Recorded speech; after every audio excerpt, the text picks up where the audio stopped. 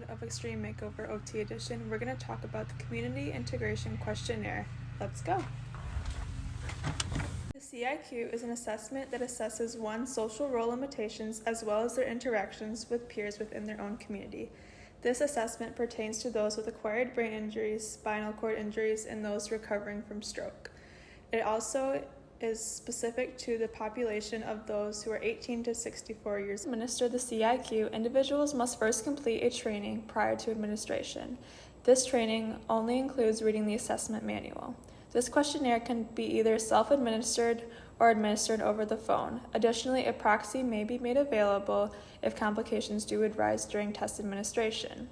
There are also two scale versions of this assessment, one that is used to interview the client and one that is used to interview the client's family.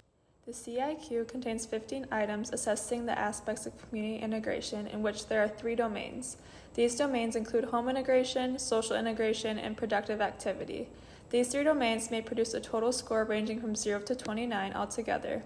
Each domain has a variation in possible total points. 10 points for home integration, 12 points for social integration, and 7 points for productive activity.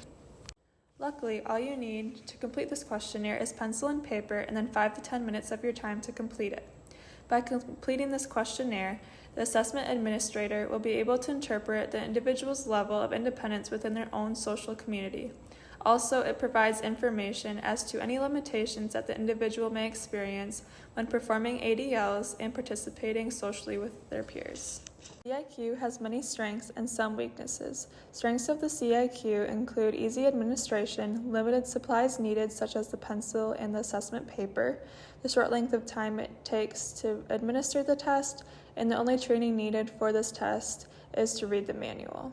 Furthermore, the assessment is very population-specific, making it a good indicator of social role limitations and reactions for this population. On the other hand, some weaknesses to this assessment is that due to the fact that it can be self-administered, there may be some bias within test answers. Also, due to time variation, assessment answers can vary and may not be a true and reliable indication of their level of independence. Overall, the CIQ is a good indicator of one's level of community integration and social role limitations, especially within the older adult population. Lastly, in relation to the OTPF, this community integration questionnaire relates to the domain of occupations and the subcategories of ADLs and social participation. Thanks for tuning in with me on this week's episode. Now it's time for me to move this bus.